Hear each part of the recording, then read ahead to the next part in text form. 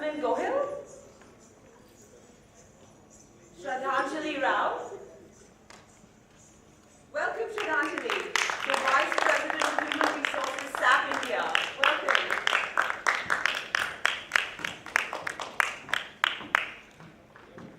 Taruna Seth. Jasmine, welcome, Jasmine. Please come. Welcoming Jasmine. Taruna. Hi, Taruna. The founder and Vice President of Pearl International Limited. Thank you for coming. Parvati Thampi. There you are. Communication Coordinator with MSF India. Welcome. Sanya Bajaj.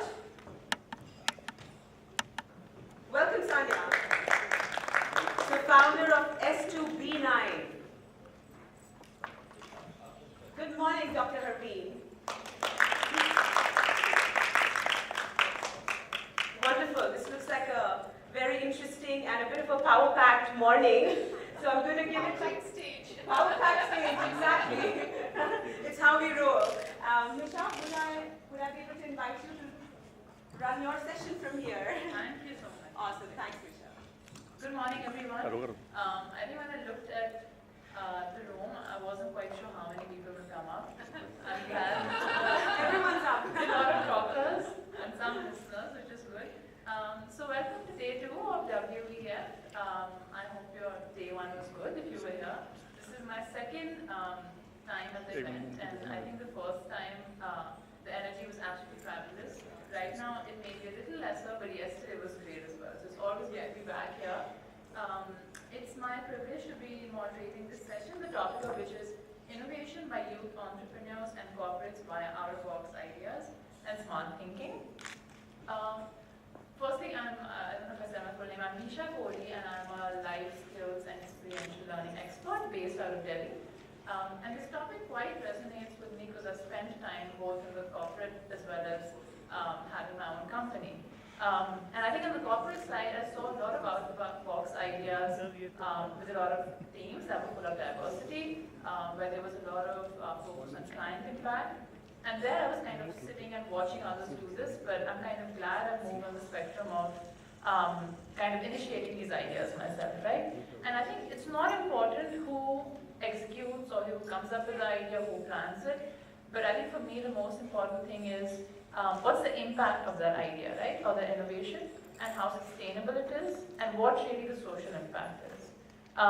So I'm not going to take more of the time. It's not really my session today. We have a wonderful panel with really good experience and insights. So I'm just going to call them one by one to share their narratives.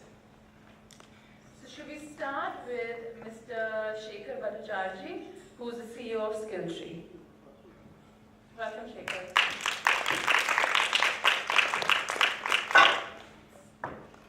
Good morning, everyone. Yesterday when I was actually surfing the website, I saw 7 women, 1 man. I thought it would be man versus wild. Sorry, man versus woman.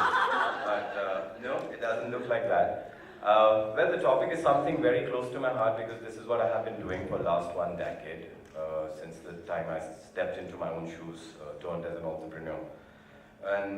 And I think everybody knows that the world has been taken over by youth, and innovation or innovative ideas have definitely played a very vital role, giving us the opportunity to do what we believe in doing and practicing what we really fall in love with. And if I quickly connect innovation as a journey with my own little story, I run an organization called Great Place to Study Research Institute, started 5 years back from India, but today we are present in 3 countries covering 23 nations around the world. We are based out of Delhi, London, and Manila. We do a very simple job. We certify universities and schools on the basis of students and parent satisfaction survey. And if I call it as an innovation, it has been accepted as a great idea by the university fraternity, not only in India, but by many other countries, because of one simple fact that we believed in, that no recognition to any university can be bigger and better than your own student's voice. And that's what we do as a journey, as a business. as we evolved as an organization, we got into doing much more bigger task. So now we are turned more as a data intelligence firm. We have been mining data about different universities and schools, which got gradually converted into multitasking activity. For example, Forbes India and Economic Times India have partnered us to release Super 50 management schools, Super 50 engineering schools on the basis of student satisfaction survey.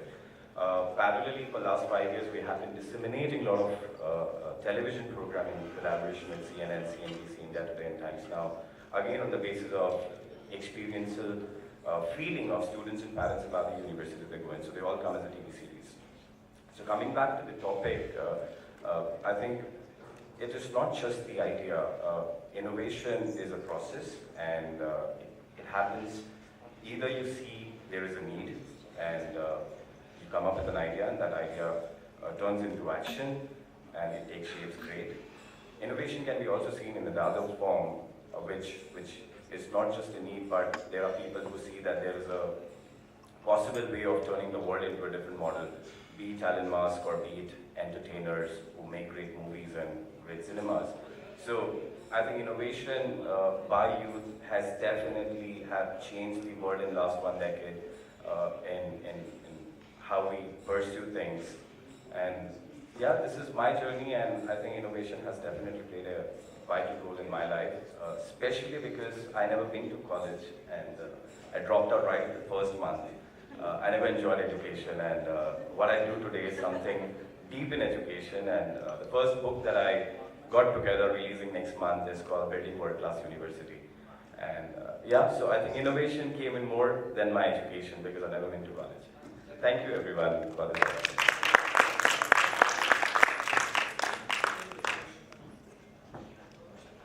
Thank you so much, Shekhar. I think the last point truly hit hard, that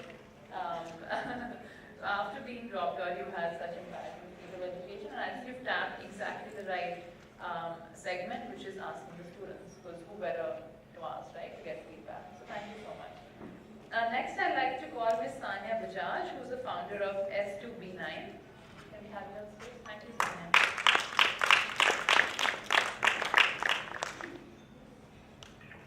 Lectures and speeches this early in the morning. Don't you feel you're back at school? I really feel that. I can practically hear you say, do I really have to listen to another one of these this early in the morning? Don't fret. I shall endeavor you not to bore you. So let's take a little trip, shall we? Yeah. Pick a company you like. Any company will do. So teleport yourself into their conference room, where a marketing meeting is going on, and start counting the number of times the boss says, think outside the box, think outside the box, think outside the box.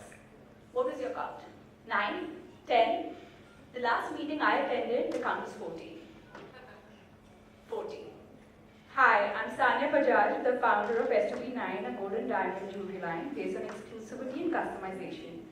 I was telling my brother how much I miss public speaking, and a week later this opportunity presented itself. I'm truly thankful to be here. Recent studies suggest that a lot of Americans are now choosing cremation over getting buried in a casket. They're clearly thinking outside the box, don't you think? Well, I should definitely be applauded for that joke.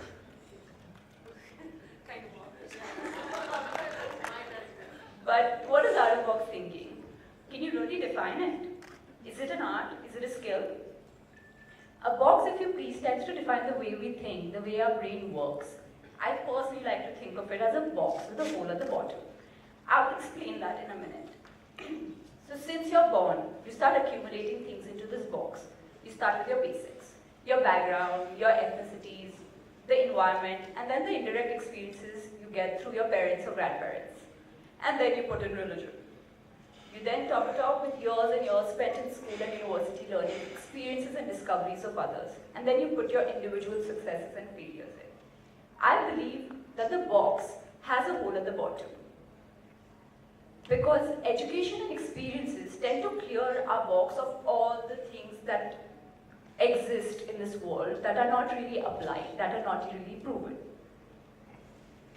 Most of us spend time thinking inside this box because it's comfortable, familiar, and tangible. The world outside the box cannot be seen from inside the box. It's scary. A few years ago, I had read a study that said that men like to organize their thoughts into tiny boxes. The boxes can never touch each other. Women, however, have no such condition. Their thoughts make up a messy spider web. Clearly, we were already thinking outside the box. Metaphorically speaking, of course. Thinking outside the box requires a lot of courage, one that very few people tend to have. Every business book I've read, and trust me, I've read a lot, start with 4 factors of production, suggesting that a business can only stand on the 4 pillars of land, labor, enterprise, and capital. And yet a number of recent businesses have started with no capital, labor, or even land. They were started from garages. Why? Because our generation, and by that I mean plus minus 10-15 years, it's clearly made up of a bunch of rebels. When our parents decided to put us on a payroll, also called the pocket money, we found our ways to fulfill our dreams. And that is what applies today.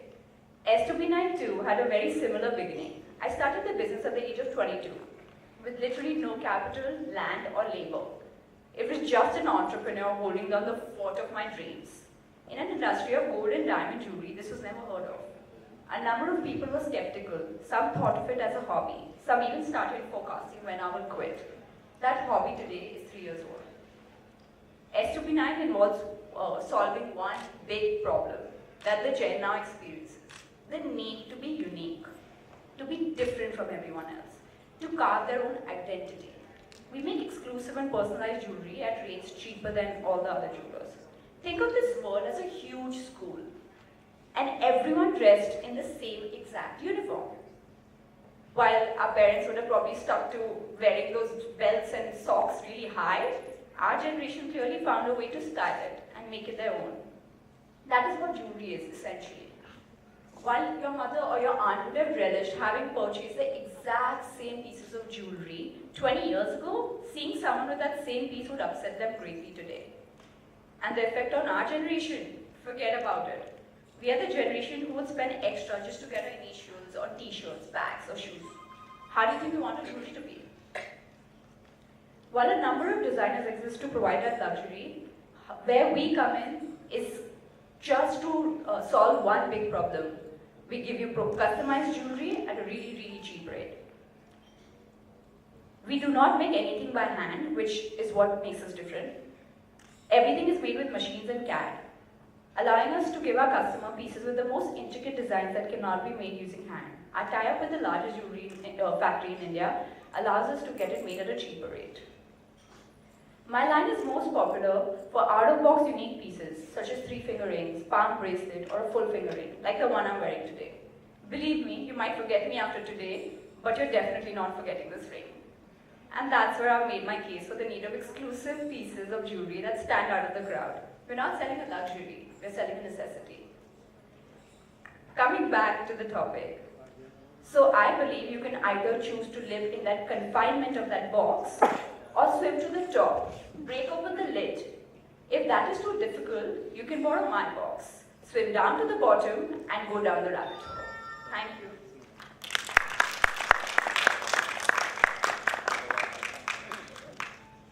Thank you so much, Sanya.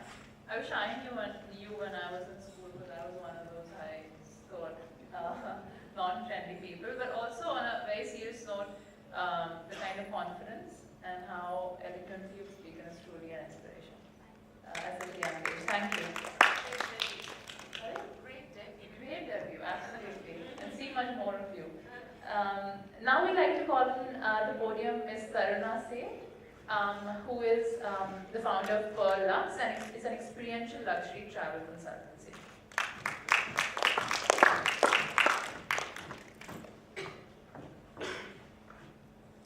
Hi, good morning. So, having spent some of my most formative years living, traveling, and working abroad, I've always had this kind of desire to see the world or travel. It's kind of exploring the world has been kind of my true north. And what I mean by the true north is it's something that I feel is the purpose of my life, is to explore and to learn from different cultures and experience. So bringing that passion into work or to start an entrepreneurial project was actually my dream. And I did this actually after many years of work experience, having dabbled in corporate communications, in PR, even a short stint in television media. So finally, after all the experience, and like the panelists before me said, no experience is ever lost. So every experience makes you grow, and what that came to as an entrepreneur, as my journey as an entrepreneur was that in 2010, I conceptualized and started Pearl Lux Experiences because I noticed that there was a gap in the market as far as high-end experiential travel was concerned. Indian travel market was just at the cusp of exploding with new age evolved travelers, and Pearl Lux designers work closely with travelers with the desire to experience the best in their personal quest for true happiness. That really is the ethos behind our company. We specialize in honeymoons, theme-based holidays, and unique experiences, facilitating journeys around the world. What actually really sets us apart is the experience truly involves a memorable and powerful experience, but it's in the realm of active, cultural, natural, social, or spiritual that enriches lives and improves the way travelers connect to each other and to the world at large. So that's in a shortcast, that's what Pearl Lux is about. And what I'm really here to speak to you about is an amalgamation of the experience and the learnings I've had over the last couple of years. So, you know, when we speak of innovation, now innovation may come from smart thinking or thinking out of the box, but innovation is not exactly an exotic bird that descends on us from the heavens. The only way one can think out of the box, to put it in very black and white, is by being a perennial student, to be willing and open to learning for the rest of our lives, and B, by having access to a conducive environment to be able to innovate and think differently. So be it any industry, change is the only constant, and disruptive technologies as we're seeing today are only quickening its pace. Never has been a pace of change as high as it is today. For young entrepreneurs, the only way forward is by keeping eyes, ears, and mind open to knowledge. This is the only way to get and stay ahead. The rate of change is doubling now at every 18 months. Now this believes many jobs that exist today will not exist tomorrow, and many jobs that will be created tomorrow don't actually exist today, or even entrepreneurs don't have a way of predicting what the future holds. So again, it's about constant lifelong learning. This constant change will require learning and relearning and bursts of learning through, say, short courses, through attending, days like these. Basically, it's about self-development on a daily basis. And a lot of it now will also happen online. So the collective learning and relearning is pertinent because of our inability to predict the future in terms of what will flourish or which industries will flourish in the future. Technology has, of course, made repetitive jobs obsolete as computers are getting more and more powerful, as artificial intelligence is becoming most mainstream. So whether they will replace humans entirely has yet to be seen. But my hunch is that's probably not going to happen because no machine can really outdo the soft skills and the ability to empathize, work in teams, collaborate, which humans bring to the fold. Well, the mantra is simple. It's not just survival of the fittest, as Charles Darwin predicted anymore, but it's to adapt and innovate at supersonic speed. Now, as per a 2014 Accenture report, innovation beyond being an engine of profitable growth for companies plays a pivotal role in increasing the vitality of the industry and society by creating jobs and raising the standard of living. So I came across some recommendations made by the G20 Young Entrepreneurs Alliance that was held in Berlin earlier this year. The main recommendation that resonated with me, which was, well, no surprises here, to ensure quality education. A strong, unified entrepreneurial community starts with quality education. Despite growing international interest in entrepreneurial endeavors, most education systems still refute the importance of values like entrepreneurship, creativity, and innovation. So never stop learning. Now, lifelong learning provides and generates a conducive environment to foster and encourage innovation. Now, we're coming to corporates. Now, large companies tend to get that way because they successfully accumulated a lot of gains over a period of time. Maybe they won those gains by thinking innovatively at first. But the more they rack up, the greater psychological pressure becomes to avoid further risks. So they instead stick to the current course. Why rock the boat, as they say? It's only when losses seem a near certainty that businesses' inclination flip towards risk-taking by embracing innovation. So unless an organization's leadership is taking out a radical position that allows for losses and rewards, innovation risk avoidance will be a default culture. Whether you lead a team, a department, a startup, or an organization, the first step for making innovation routine is to shake the routines that hold innovation back. It's about adding a few big, bold, forward-looking goals and metrics to your usual ones that encourage risk-taking and experimentation. By any event, it all trickles down from the top, so it really depends on the CEO or the co-founder of the company.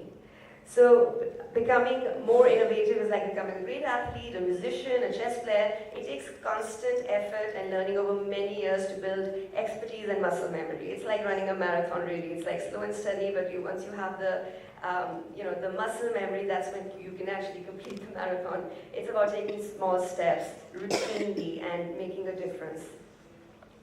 So one of the most innovative companies of all times is as Apple, right? So which has been on top of the innovation game for many years now. As I was watching the Apple launch late last night, it occurred to me that innovation is embedded in their DNA. So out-of-box ideas, smart thinking, and that's how the company has stood the test of time. As Steve Jobs said, innovation is the only way to win. So here's to constant lifelong learning for young entrepreneurs and corporates alike. Learn, adapt, innovate, and repeat. Thank you.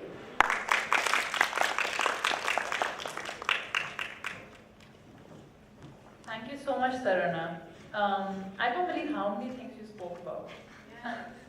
I mean, media, education, travel, communication. Yeah. Absolutely. Routine of innovation. I'm curious to know, which is your favorite travel destination? Putting you on the spot. South America. Okay, lovely. Thank you so much, Taruna.